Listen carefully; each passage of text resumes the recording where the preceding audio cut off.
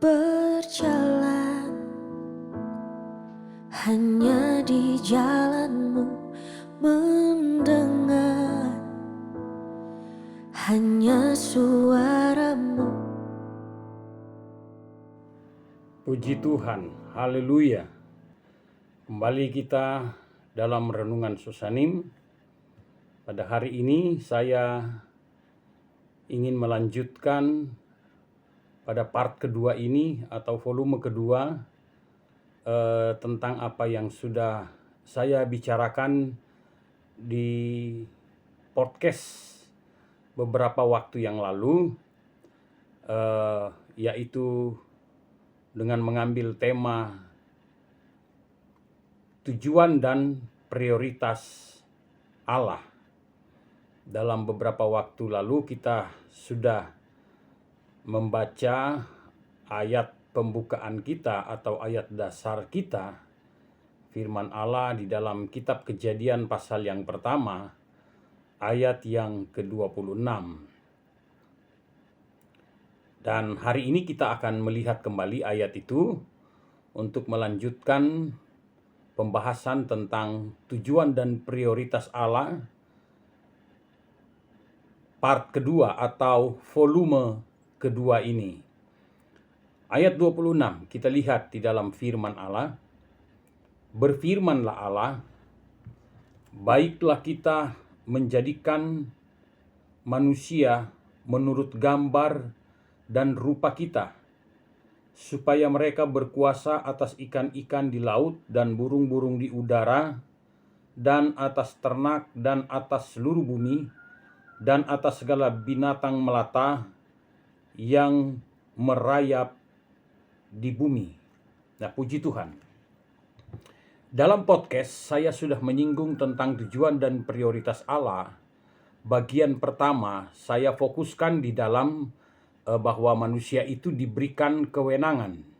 Manusia itu diberikan kuasa. Ya, untuk menjadi tumpuk pimpinan. Menjadi tumpuk kepemimpinan di mana Tuhan menempatkan kita untuk mengelola, memanage sesuatu yang dipercayakan kepada kita masing-masing. Tuhan memberikan kewenangan penuh. Tuhan memberikan kuasa untuk berkuasa atas segala makhluk-makhluk hidup lainnya di bumi ini. Ya, Tuhan memberikan kewenangan, dikatakan dalam firman Allah, supaya mereka berkuasa atas ikan-ikan di laut, burung-burung di udara, dan atas ternak dan atas seluruh bumi, dan atas segala binatang melata dan yang merayap di bumi.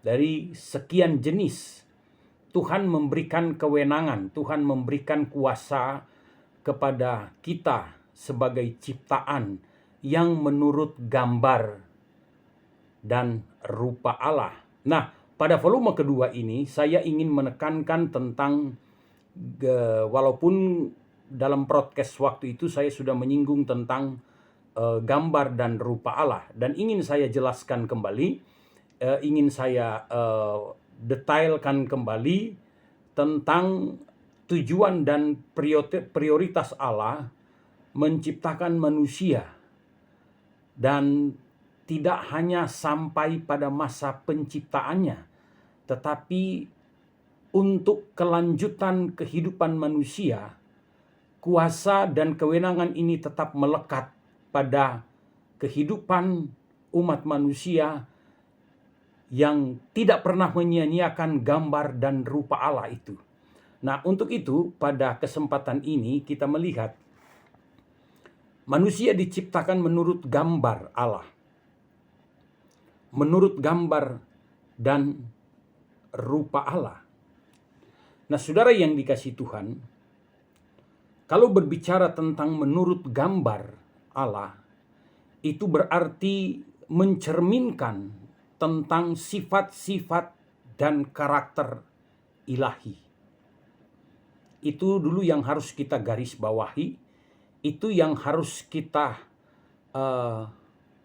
renungkan dalam kehidupan perjalanan iman kita kepada Tuhan di dunia ini, itu yang harus kita aplikasikan di dalam kehidupan kita sehari-hari tentang gambar Allah. Kita ini merupakan diciptakan menurut gambar Allah. Jadi ada sifat-sifat karakter ilahi di dalamnya.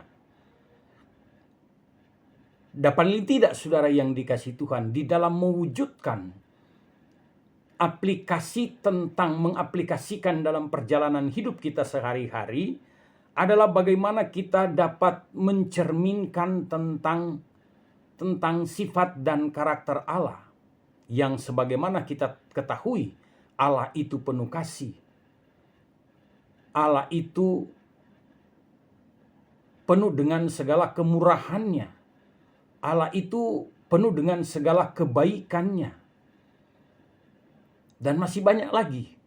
Allah itu penuh dengan kepedulian, perhatian terhadap umatnya. Itu sifat Allah yang tidak pernah lepas dalam diri Allah. Dan itu diberikan kepada orang percaya.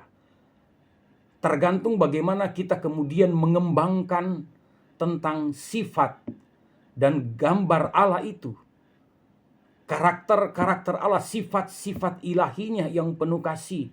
Bagaimana kita kemudian mengaplikasikan di dalam perjalanan hidup kita. Mengaplikasikan diri kita dengan sifat-sifat Allah. Dengan gambar Allah itu sendiri. Dan di sini merupakan bentuk kegiatan batiniah kita, bentuk kegiatan rohani kita terhadap Sang Pencipta kita yang serupa dengan gambarnya, Allah itu sendiri. Nah, untuk itu saudara yang dikasihi Tuhan, jadi kita harus pahami sampai di sini bahwa kita diciptakan, kita diberikan kehidupan oleh Tuhan. Bukan asal jadi, bukan asal main pungut, bukan asal main nitip dan sebagainya. Tetapi lengkap, sempurna. Dia menciptakan kita menurut gambarnya.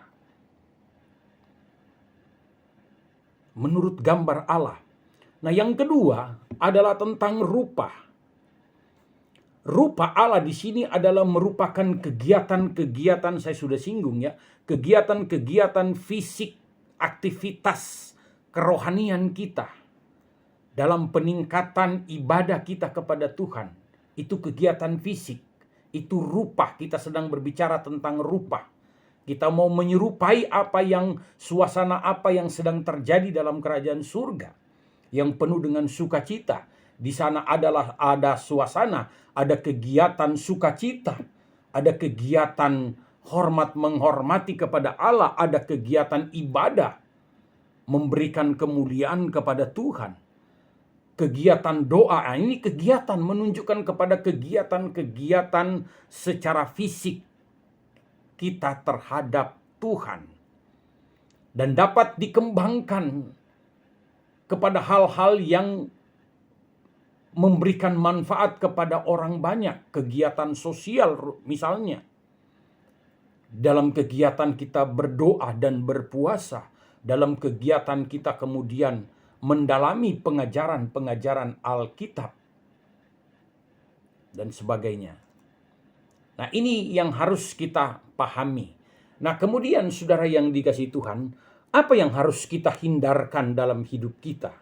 Sesuatu yang tidak berkenan kepada Allah dan yang paling Allah tidak sukai dan yang paling Allah benci. Yaitu jangan coba-coba merusak gambar dan rupa Allah dalam diri kita. Ada contohnya. Di dalam Perjanjian Lama, manusia-manusia dalam Perjanjian Lama banyak sekali yang merusak tentang gambar dan rupa Allah. Salah satu contoh adalah peristiwa Sodom dan Gomora. Manusia-manusia pada zaman itu tidak peduli lagi apa yang disebut dengan kejahatan. Mereka melakukan kejahatan. Dan di mata Tuhan, Sodom dan Gomora ini adalah bejat di hadapan Tuhan. Mereka penuh dengan kejahatan. Mereka telah merusak gambar Allah itu sendiri. Mereka telah merusak rupa Allah itu sendiri di dalam diri mereka. Mereka tidak peduli lagi apa yang akan terjadi. Yang penting bagi mereka adalah untuk kesenangan, untuk kepuasan diri mereka. Mereka dapat melakukan hal-hal yang dapat memuaskan nafsu mereka, dapat memuaskan ego mereka dan sebagainya. Sampai pada akhirnya tidak ada tawar-menawar lagi. Sampai pada akhirnya Allah menunggang-balikkan kota Sodom dan Gomora itu karena kejahatan mereka. Karena mereka telah menghancurkan, mereka telah merusak gambar dan rupa Allah itu dalam diri mereka. Itu yang Tuhan tidak terima. Konsekuensi hukumnya selalu ada. Konsekuensi hukum atas perbuatan-perbuatan dosa itu pasti ada. Dan Tuhan sendiri yang akan menjadi hakim dan akan mengeksekusi para pembuat kejahatan Sodom dan Gomora itu. Contoh yang kedua ya, Sodom dan Gomora, manusia yang merusak gambar dan rupa Allah itu, tentang Sodom dan Gomora dalam Kejadian pasal yang ke-19 ayat 1 sampai dengan ayat yang ke-29. Di sana dijelaskan tentang kejahatan-kejahatan. Sebelumnya pada pasal 16 dan 17 juga Allah telah menyinggung tentang kejahatan-kejahatan Sodom dan Gomora. Nah, contoh yang kedua adalah keadaan manusia pada akhir zaman dalam 2 Timotius 3 ayat yang ke-19. Ayat yang ke-1 ya, ayat yang pertama sampai dengan ayat yang ke-9. Tentang keadaan manusia itu sendiri. Di mana manusia mulai mencintai dirinya. Manusia kemudian sudah tidak peduli lagi dengan apa yang disebut dengan sebuah keyakinan, agama. Tidak peduli dengan orang tua, sudah menjadi jahat di mata orang tuanya. Tidak peduli dengan sesama. Tidak peduli dengan kegiatan-kegiatan ibadah yang semakin meningkat. Mereka tidak peduli. Keadaan itu keadaan manusia akhir zamannya dalam 2 Timotius pasal yang ketiga. Ya, kita melihat ayat di sana. 2 Timotius pasal yang ketiga mulai dari ayat yang pertama sampai ayat yang ke-9. Nah, dikatakan di sana,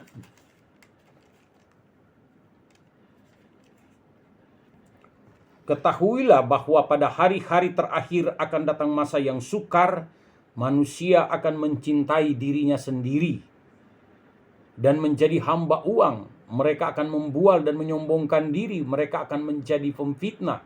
Mereka akan memberontak terhadap orang tua dan tidak tahu berterima kasih.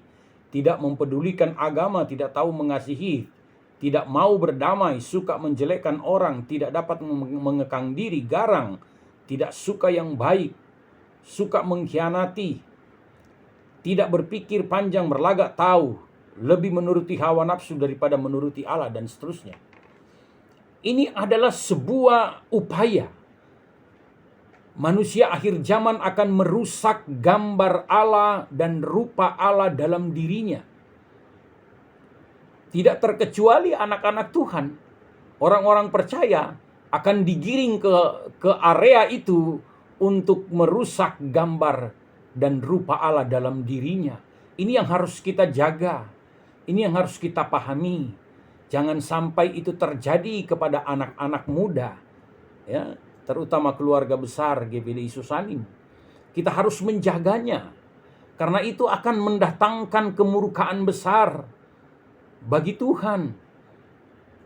Tuhan yang akan menunggang-balikkan, Tuhan akan kemudian bertindak sebagai hakim dan dapat mengeksekusi orang-orang yang merusak gambar dan rupa Allah itu.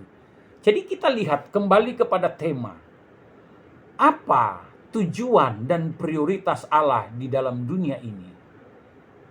Jadi tujuan dan prioritas Allah itu adalah benar-benar terarah kepada kehidupan orang-orang yang menjaga dengan baik tentang gambar dan rupa Allah dalam dirinya. Orang-orang pilihan, orang-orang percaya, orang-orang yang telah menerima pertobatan, penebusan, keselamatan oleh Yesus Kristus, Tuhan kita. Inilah tujuan dan prioritas Allah, yaitu kepada orang-orang percaya. Orang-orang yang menjaga dengan baik dirinya tetap menjadi serupa dengan gambar dan rupa Allah itu sendiri. Masih banyak hal yang akan kita bicarakan. Next time, pada volume ketiga, kita akan melanjutkan tujuan dan prioritas Allah berdasarkan kitab Kejadian pasal 1 ayat yang ke-26 ini. Mari kita berdoa. Terima kasih Tuhan, kami mengucap syukur renungan pada malam hari ini. Tuhan Yesus memberkati kami semua, jemaat GPD Susanim, hamba-hambamu, dalam perlindungan, dalam pemberkatan Allah, dan di dalam damai dan sukacita kuasa Roh Kudus. Kami mengucap syukur, kami berdoa di dalam nama Tuhan Yesus Kristus. Haleluya, amin. Puji Tuhan, demikian renungan Susanim kita pada malam hari ini. Tuhan Yesus memberkati. Haleluya.